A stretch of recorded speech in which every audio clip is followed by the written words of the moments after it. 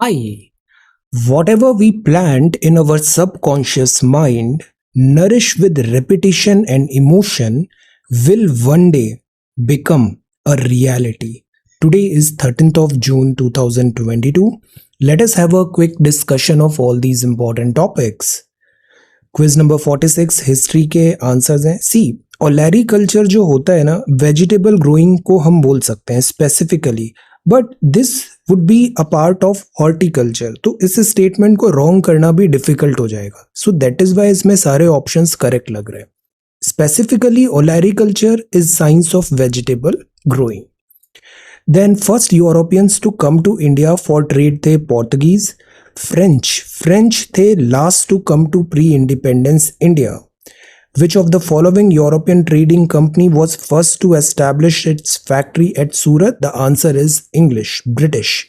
हैदर अली, ये 1766 to 69 था। Hyder Ali victorious था in the first Anglo Mysore war. Lord Mayo 1872 में फर्स्ट सेंसस हो गया था लॉर्ड मायो के टाइम पे। जो 1881 है, 1881 मतलब लॉर्ड रिपन, इनके टाइम पर एक systematic all over India this census start हुआ, बट जो फर्स्ट सेंसस था वो लॉर्ड मायो के टाइम पे कंडक्ट हो गया था। क्विज नंबर 46 वर्ड हिस्ट्री के क्वेश्चंस हैं। Chinese nationalist party Kuomintang was founded by whom? Renaissance started first in which country? ये किस कंट्री में स्टार्ट हुआ था? यूरोप में हम पढ़ते हैं। डार्क एज से बाहर आए थे, साइंटिफिक ये ज्यादा हुए थे अपनी अप्रोच में, वे ऑफ लाइफ में, सो दैट इज पुनरुत्थान। सो ये किस कंट्री से स्टार्ट हुआ था? Man is a political animal, ये किसने कहा है? Who was the first president of United States of America? The statue of liberty जो न्यूयॉर्क में है, ये गिफ्ट किया था यूएसए को by which country? So these are questions for today. आज की वोकैबुलरी है फ्रेटिंग का मतलब होता है worry, anxious, feel uneasy. Apprentice का मतलब होता है say trainee, learner, a person who is learning a trade from a skilled employer. Giddy का मतलब होता है चक्कर आना, डिजी, लाइट हेडेड, फेंट। हैपलेस मतलब होता है बदकिस्मत, अनफॉर्चुनेट। एंड एले जैसे न्यूयॉर्क एले, गली, a narrow passageway between or behind buildings. So these are vocabulary words for today. If you come across any other important word, write down that word along with its meaning in the comment section down below. All right. So ये CSET है. This is the reading comprehension. One reading comprehension आप every day solve करो. Within 30 days of time आपको significant improvement लगेगा RC में, और towards the exam जो CSAT का एंजाइटी होता है वो नहीं होगा 2023। So solve one RC every day, try to solve this passage. और इसमें आप बताओ author's view point can be best summed up in which of the following statements. Then ये दो सवाल हैं सीसेट के। फर्स्ट है task assignment and second is about speed, distance and time. Average speed आपको फाइंड करना है। These are two questions for today, so try to answer this RC and these two questions of CSAT. Now this is the Hindu newspaper. आज से the Hindu newspaper के साथ हम Indian express को भी कवर करेंगे। Alright, Indian express. PSC exams over हो रहे हैं। अब सी एक स्टूडेंट ने बताया 10th of जुलाई को हरियाणा PSC है, वो काफ़ी लेट हो जाएगा। हम 20th से UPSC का जो हमारा मेंस कोर्स है और प्रीलिम्स 2023 कोर्स है उसको हम स्टार्ट कर देंगे। Okay, 20th of this month, मतलब कि नेक्स्ट मंडे। इसके जो डिटेल्स है मैं वो आपको आज या कल में शेयर करता हूँ। ऑलराइट, एंड मीनवाइल एक और चीज़ है और वो है comment section. See I read all the comments, but मैं इंडिविजुअली उसको रिप्लाई नहीं कर पा रहा था फॉर पास्ट सम टाइम। तो इसका एक सॉल्यूशन ऐसा निकालते हैं कि मैं जो आप क्वेश्चंस पूछ रहे हो या जो कमेंट्स आप वीडियो में आप जो पोस्ट कर रहे हो और वो पब्लिक कमेंट है, उनको मैं इस वीडियो में कवर कर लूँगा। ऑलराइट, बाकी जो व्हाट्सएप, ईमेल और टेलीग्राम पे जो आपके मैसेजेस हैं, they are personal and private, उसको मैं यहाँ पे शेयर नहीं करूँगा। ऑलराइट, सो सी जैसे सुंदर ने बताया यहाँ पे Iran and north Korea Puneet, yes, 20th of June से we will start, then we will have this conversation. Daman is very active, सारे आंसर्स बहुत अच्छे से यहाँ पे करता है, this is really good. Kumar Shivam ने भी वोकेबुलरी स्टार्ट किया है आंसर्स. पीसीएस के जो पेपर है इसको भी थोड़ा टाइम दो, by the end of this month हम इसको डिस्कस कर लेंगे. Give me some time, next week कर लेंगे. Alright. Then Ajay, thank you. Yes, ये जो आपका सवाल था ये आज मैंने स्टार्टिंग में कवर कर लिया. ओलैरी culture. Falkland, Firdaus, this is really good. Arvind, Shivam, and this is Shivam Nikunj. Yes, very good. Participate, आप पार्टिसिपेट करोगे ना तो इंटरेस्ट आएगा, इंटरेस्ट आएगा तो ऑटोमेटिकली स्टडीज ऑन ट्रैक हो जाएगी. This is as simple as that. Proactive होना बहुत जरूरी होता है. ओके, इंटरेस्ट करो, इंटरेस्ट के साथ स्टडी करो. अब सी, ये जो आज का फर्स्ट टॉपिक है वो है modern times watches keep an eye on workers. अब सी, ये केस स्टडी का भी एक बहुत अच्छा एग्जाम्पल है, और जो एथिक्स है GS4 का, इसमें भी आप इसको फिट कर सकते हो. This is a very good template. Even interview में भी ये सवाल पूछा जा सकता है. सी, क्या हो रहा है कि जैसे चंडीगढ़ का एग्जाम्पल दिया है, यहाँ पे सफाई कर्मचारी है, डेली वेजेस है और इनके वर्क आवर्स भी फिक्स्ड होते हैं. तो यहाँ का जो एडमिनिस्ट्रेशन है उन्होंने सफाई कर्मचारी के हाथ में एक गैजेट बांध दिया. वो गैजेट जो है वो GPS इनेबल्ड है. तो इस तरीके से उस गैजेट के थ्रू जो वर्कर्स हैं उनका कितने टाइम वर्क किया, किस एरिया में वो गए थे, ये सब चीज़ें GPS के थ्रू मॉनिटर किया जा रहा है. अब एडमिनिस्ट्रेटिव पॉइंट ऑफ व्यू से दिस इज लाइक कि जो एम्प्लॉयर है वो देखना चाहता है कि काम सही से हो रहा है या नहीं हो रहा है, जितने आवर्स का ड्यूटी होता है वो फुलफिल हो रहा है या नहीं हो रहा है. This is employers point of view. But अगर वर्कर्स पॉइंट ऑफ व्यू देखें तो क्या ये उनकी प्राइवेसी में एनक्रोचमेंट नहीं हो रहा है? इससे एक अननेसेसरी उन पे बर्डन नहीं आ गया है, मेंटल बर्डन, कांस्टेंट ये डीह्यूमनाइज नहीं कर रहे हैं अपन, because these are human beings. ये ह्यूमन बींग्स हैं, रोबोट्स नहीं है, मशीन्स नहीं है. So how can we fit a GPS and tracker और उनको कॉन्टिन्यूसली मॉनिटर करें? सो इसमें एक एथिकल एंगल भी है. थिंक इसका क्या ये करेक्ट है या ये करेक्ट नहीं है. Watches keep an eye on workers. अक्सर इंडस्ट्रीज, कंपनीज में भी जो वर्कर्स होते हैं उनको as a machine, as a tool की तरह यूज किया जाता है. This again at times question raise होता है कि इसमें ह्यूमन वैल्यूज, ह्यूमन राइट्स, जो वर्कर्स हैं उनको प्रॉपर ब्रेक होना चाहिए, उनको proper facility, healthy encouraging work environment होना चाहिए. Work ethics. So this is again a question. ये जो एक्सपेरिमेंट यहाँ पे किया है इन्होंने कि सफाई कर्मचारी के हाथों में उन्होंने डेली वेजेस जो अर्नर है एक GPS इनेबल्ड वॉच लगा दिया है और उनको कॉन्स्टेंटली मॉनिटर किया जा रहा है. तो इज इट राइट और is it wrong? Modern times watches keep an eye on workers. Then this is abnormal dinosaur egg found in India. एक पजल हमेशा बना रहता है, पहले एग आया या फिर दिस मुर्गी आई या पहले अंडा आया. अब यहाँ जो बात है वो है डायनासोर्स का. डायनासोर्स क्या है? डायनासोर्स में भी अगर हम इवोल्यूशन देखें तो एक होते हैं से बर्ड्स होते हैं, दूसरे होते हैं रेप्टाइल्स होते हैं, और कुछ स्पीशीज होती है जो एग्स के थ्रू आगे दिस प्रोजेनी उनका बच्चे होते हैं, और सम होती है जो लाइव बर्थ देती है, मतलब जैसे कि मैमल्स हुए. सो यहाँ डायनासोर्स का ऐसे कुछ एग्स मिले हैं. एग्स विद इन एग्स है डायनासोर के. तो ये एक रेयर फिनोमिनन है, known to occur only in birds and never known in reptiles. तो डायनासोर्स तो रेप्टाइल्स हैं, बट ये egg in egg phenomenon birds में होता है. सो दिस टेल्स कि एक ट्रांजिशन पीरियड होगा रेप्टाइल एंड एवियन इवोल्यूशन में, बर्ड्स एंड रेप्टाइल्स की इवोल्यूशन में. एक्चुअली अगर बायोलॉजी देखें तो हम सबका इवोल्यूशन तो ऐसे ही हुआ है कि पहले हम यूनिसेल्युलर थे, फिर मल्टी सेल्युलर बने, फिशेस पहले आई, फिर हम पहले पानी में रहते थे, फिर लंग्स डेवलप हुए, लंग्स डेवलप होने के बाद फिर हम लैंड पे आए, फिर ग्रेजुअली वर्टिब्रेट्स एंड दिस, और अभी प्रेजेंट ह्यूमन फॉर्म हमारा बना जो है होमो सेपियंस. तो इस तरीके से लाइफ का इवोल्यूशन हुआ है. ऐसे जो एग्स मिलते हैं, जो डिस्कवरी मिलती है, ये थ्रो करती है लाइट थ्रो करती है कि जो डायनासोर्स हैं या फिर जो लाइफ का इवोल्यूशन है वो कैसे हुआ है इन द पास्ट. सो इसका काफी सिग्निफिकेंस है. बाकी ये डायनासोर का एग मिला है बाघ इन धार डिस्ट्रिक्ट ऑफ मध्य प्रदेश में. एक ये abnormal dinosaur egg found in India. अब सी, डायनासोर्स थे, डायनासोर्स एक टाइम पर, जैसे जुरासिक पीरियड था एक, अभी एक मूवी भी आई थी जुरासिक। जुरासिक पीरियड में क्या था, डायनासोर्स जो थे वो प्रिवेलेंट थे entire surface of the earth पे। फिर प्रोबेबली एक मीटोर का हिट हुआ यहाँ पे अर्थ पे, और फिर उसके बाद दिस एस्ट्रॉइड हिट हुआ परहैप्स, देन उसके बाद डायनासोर्स एक्सटिंक्ट हो गए। बट इनके जो रिमेन्स हैं, रेलिक्ट्स हैं, जो अवशेष हैं, वो अक्सर हमें मिलते हैं, और उसके थ्रू हमने देखा कि इंडिया में भी these many dinosaurs used to roam around. अब यहाँ एक वर्ड है, this is a place actually, this is Balasinor, ये गुजरात में है। ये लार्जेस्ट डायनासोर फॉसिल साइट है इन द वर्ल्ड।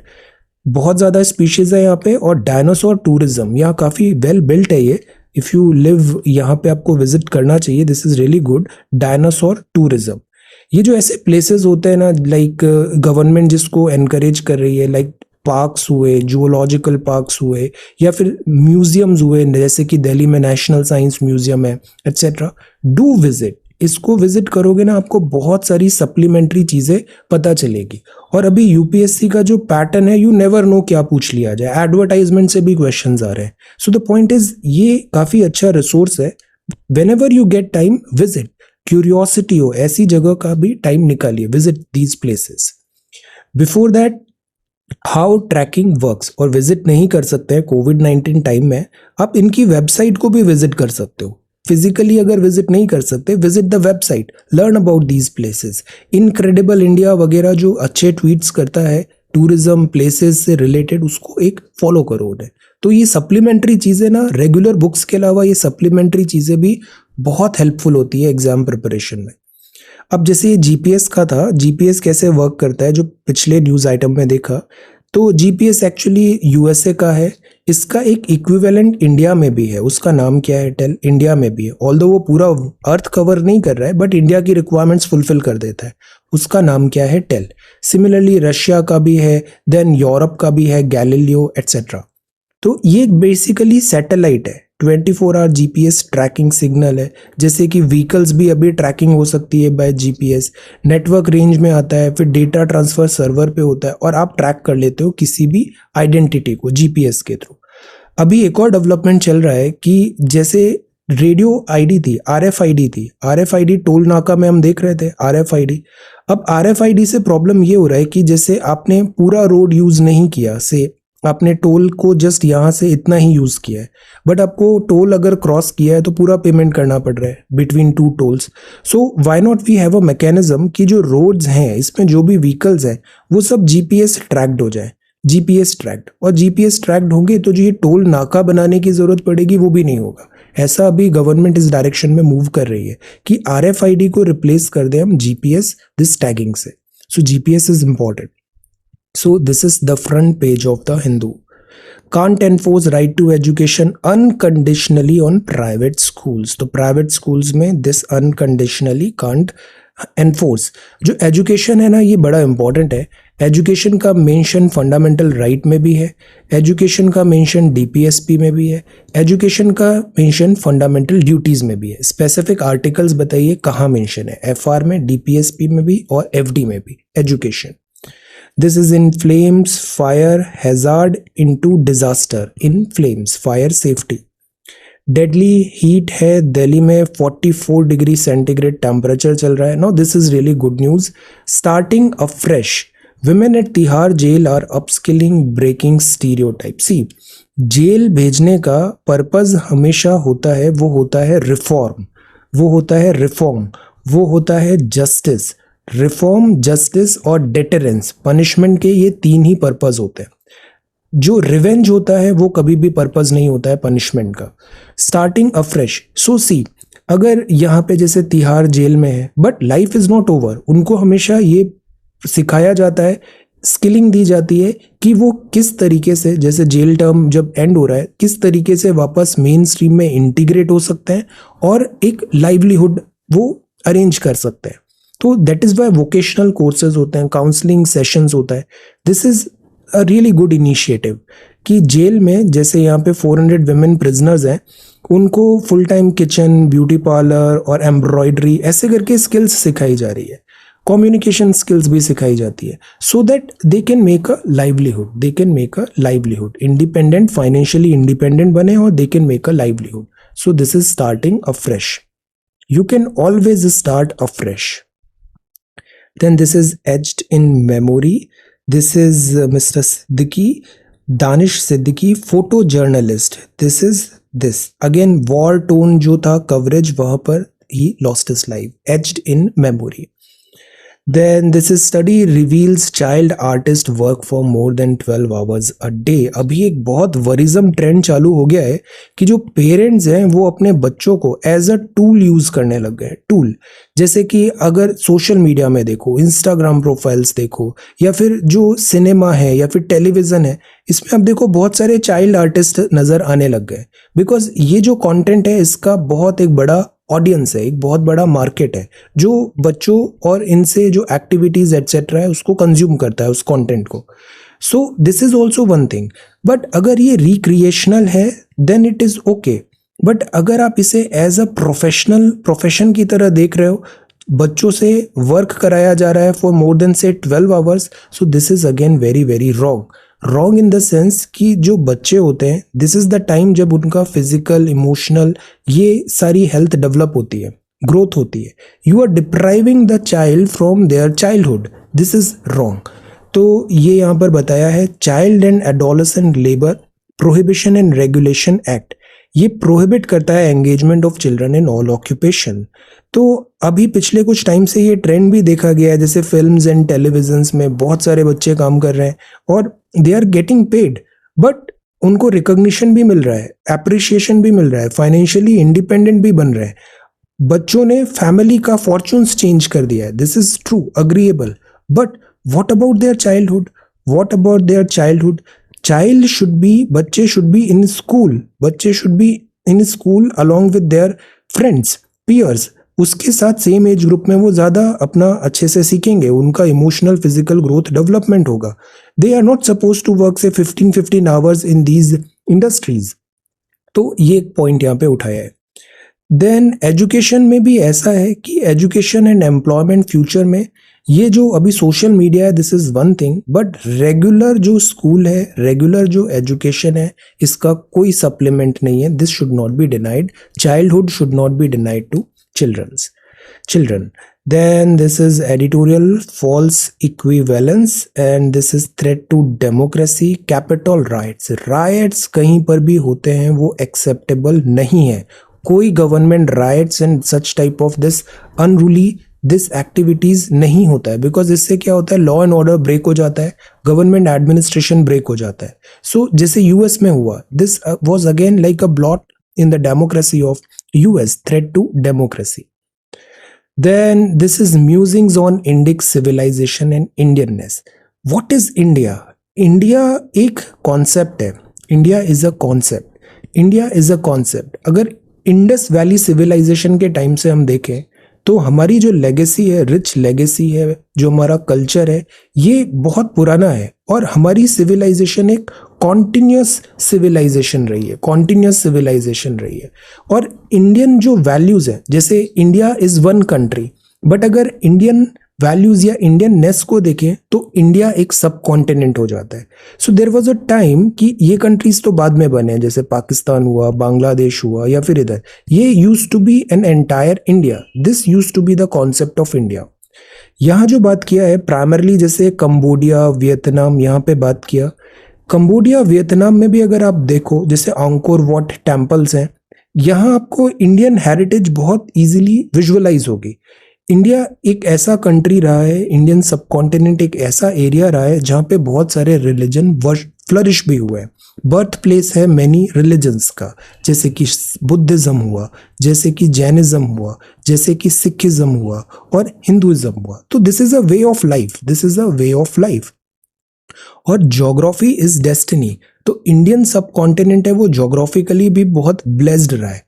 इंडियन सब कॉन्टिनेंट में प्लेंटी ऑफ रिवर्स हैं, प्लेंटी ऑफ फूड है, जो ज्योग्राफी है वो फेवरेबल है, क्लाइमेट जो फेवरेबल है, ऐसा बाकी कंट्रीज में नहीं रहा है. तो दैट इज वाई इंडिया में हमेशा प्रॉस्पेरिटी रही है.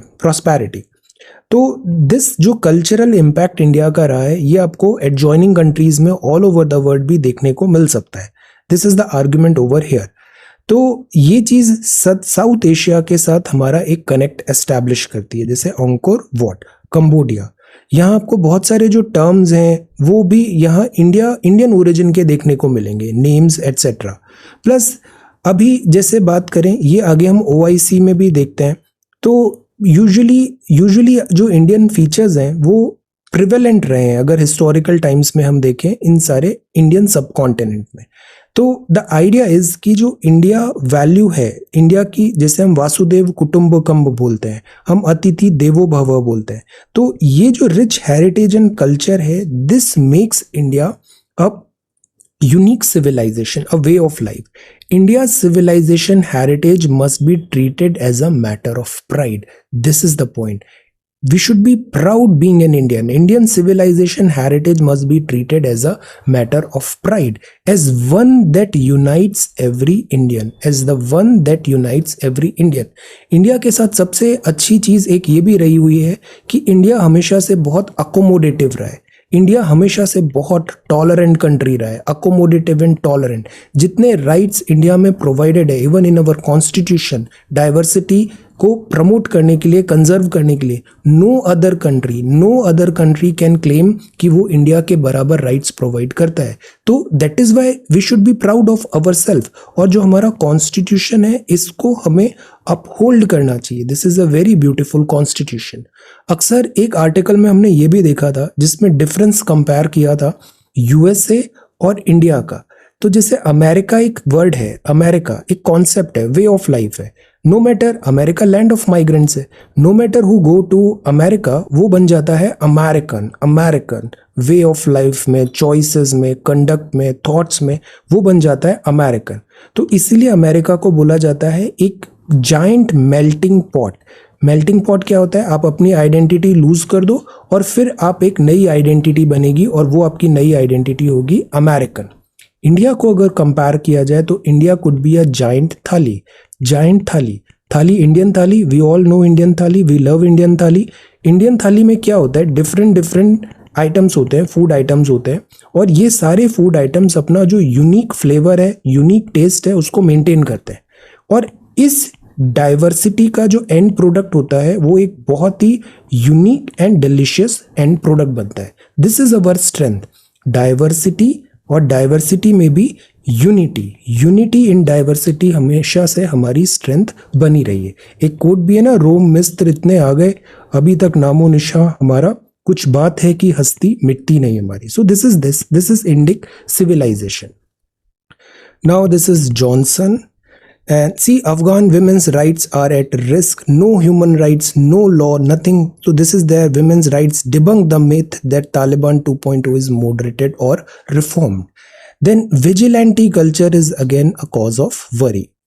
Environment index है, इंडिया रैंक्ड लास्ट. अब ये इंडेक्स है, ऑल्दो इसको इंडिया ने बोला है कि इनके जो पैरामीटर्स है वही फ्लॉड है.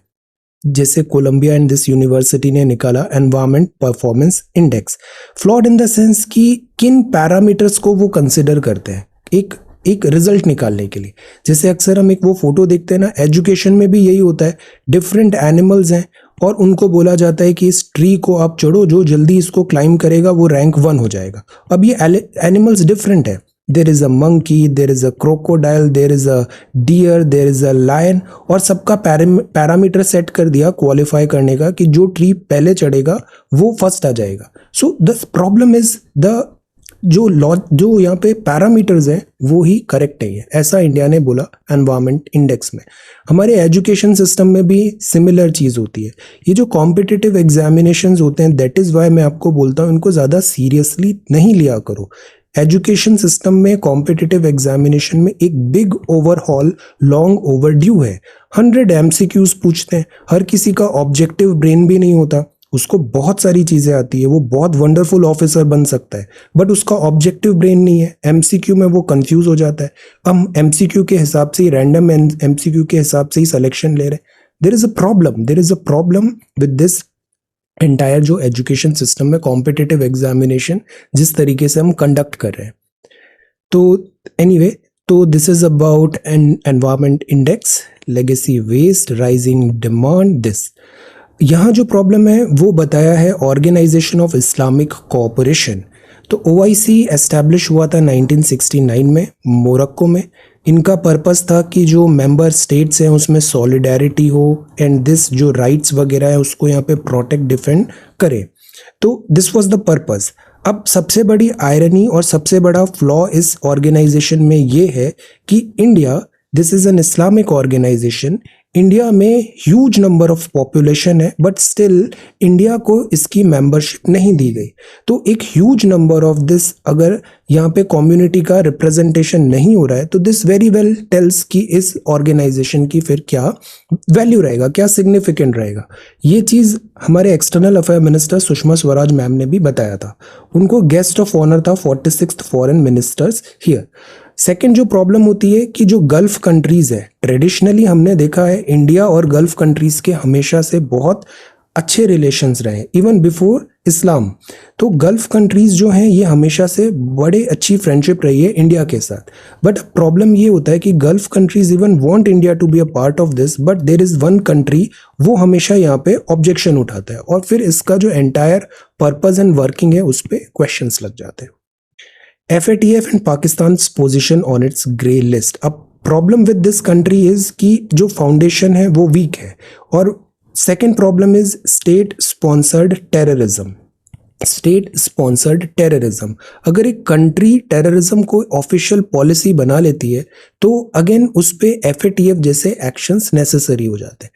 FATF हमने पहले भी पढ़ा है। FATF क्या होता है? फाइनेंशियल एक्शन टास्क फोर्स है, वॉचडॉग है फाइनेंशियल क्राइम्स का, money laundering and terror financing. तो पाकिस्तान को इस मुद्दे के अंदर ग्रे लिस्ट में रखा जाता है। ये G7 समिट 1989 में हुआ था पेरिस में। ग्लोबल फाइनेंशियल सिस्टम में जो लूप होल्स हैं उसको करेक्ट करना था। G7 मतलब इकोनॉमिक कंट्रीज, G7। G20 मतलब अगेन इकोनॉमी सुपर पावर। तो पहले इसका पर्पस यही था कि जो इलीगल एक्टिविटीज है फाइनेंशियल उसको कर्ब करे।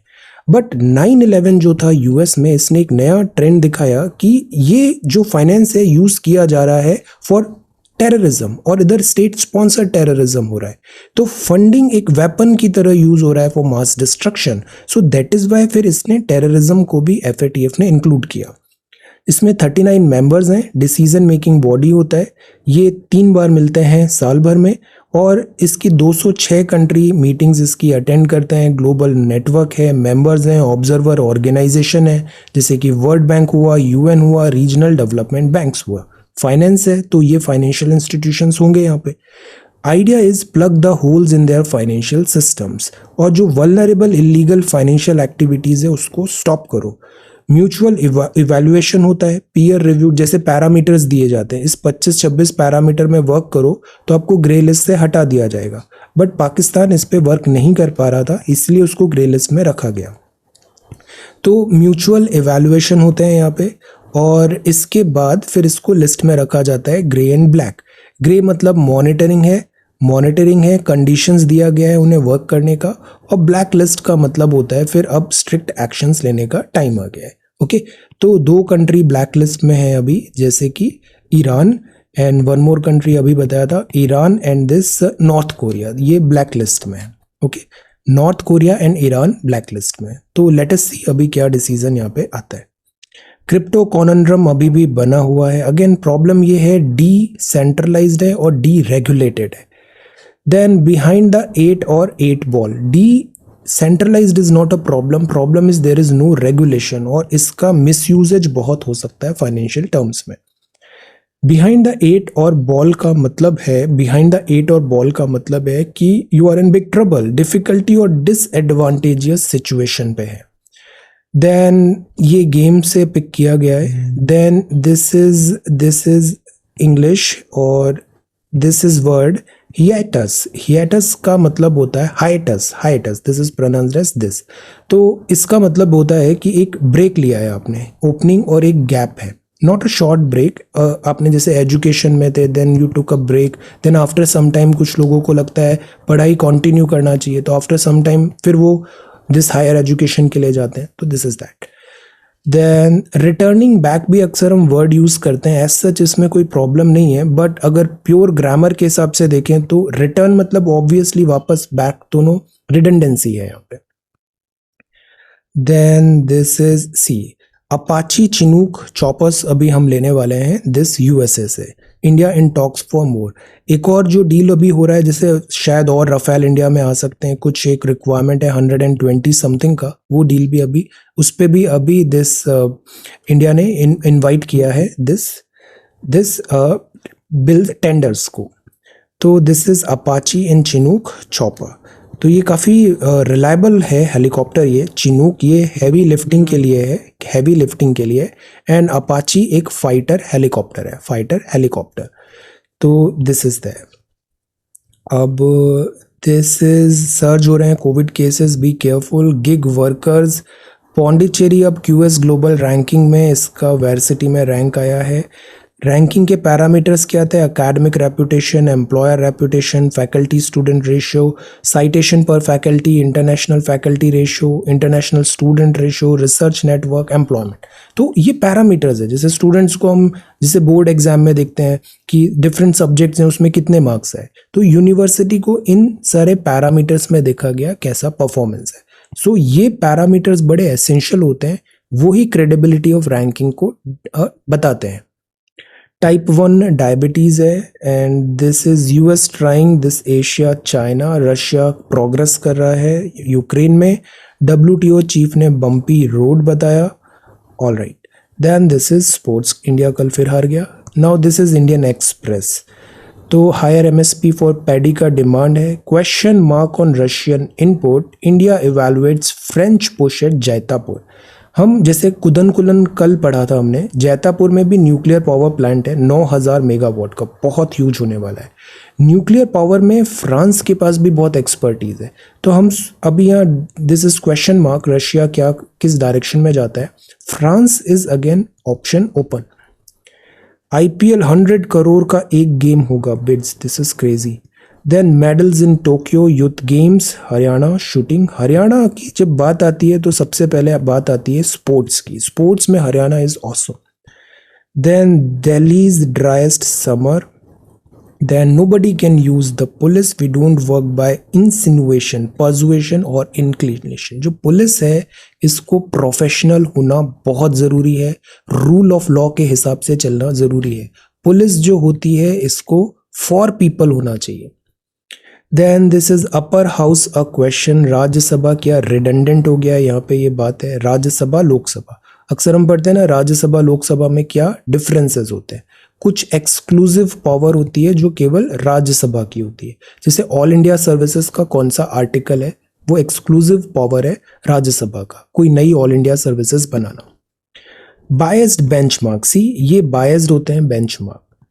देन दिस इज ये this Justin Bieber, this is rare disorder यहाँ पे हुआ है, this is manifests itself, what is the treatment. Ramsay Hunt syndrome इसको कहा गया है। Then this is BrahMos 21 and developing, this is a really good news. BrahMos बहुत केपेबल मिसाइल है, सुपरसोनिक है, क्रूज मिसाइल है, एंड ये अब और ज़्यादा बिकॉज हमने MTCR भी साइन कर लिया है, तो हम इसकी अपग्रेड्स कर रहे हैं, रेंज में अपग्रेड्स कर रहे हैं, और अब जैसे इसको सुखोई से भी इंटीग्रेट कर दिया है, एक्सपोर्ट भी कर रहे हैं हम Philippines, Vietnam. So this is really good. तो 2001 से ये स्टार्ट हुआ था और अभी इसको फिलीपींस नेवी को भी हम एक्सपोर्ट करने की बात कर रहे हैं। Su-30 MKI में भी ये मिसाइल सिस्टम फिट हो गया है, तो this makes it a very deadly combination. Strategic significance है, चाइना एंगल भी है, और प्लस हम एक एज अ वेपन एक्सपोर्टर की तरह अपना रेपुटेशन इंटरनेशनल मार्केट में बना रहे हैं। Good. Babies must only be breastfed for 6 months. This is really important for healthy and overall growth of babies. Then food safety index है, ये किस तरीके से वर्क किया ये भी हमने पहले देख लिया है। फूड सेफ्टी इंडेक्स के parameter, food FSSAI and food related this challenges like adulteration तो नहीं है, या फिर वो हेल्दी है या नहीं है, इन सब चीज़ों के लिए फूड सेफ्टी इंडेक्स। ओके, तो ये परफॉर्मेंस ऑफ स्टेट्स यहाँ पे देखा है। कंपटीशन, हम हेल्दी कंपटीशन दिस रैंक करने की कोशिश करते हैं among the states. Okay, training capacity etcetera यहाँ पे। ऑलराइट, ये प्रीवियस द हिंदू नोट्स में हमने देख लिया। एक्चुअली न्यूज़ रिपीट होती है, दोनों पेपर होते हैं ना, आज नहीं तो कल सारी न्यूज़ कवर हो ही जाती है। पॉजिटिव आउटलुक है, एफपीआई है, इन्फ्लेशन का फाइट है, WTO, China titans curb, and oil Lanka, and this is fresh ballot, this is France. All right, so this is the Hindu and the Indian Express newspaper. I'll be sharing this PDF as well, और ये BrahMos and this food safety यहाँ पे screenshots भी लगा दिए हैं. So thank you so much for watching this video. Take care, study well and be safe.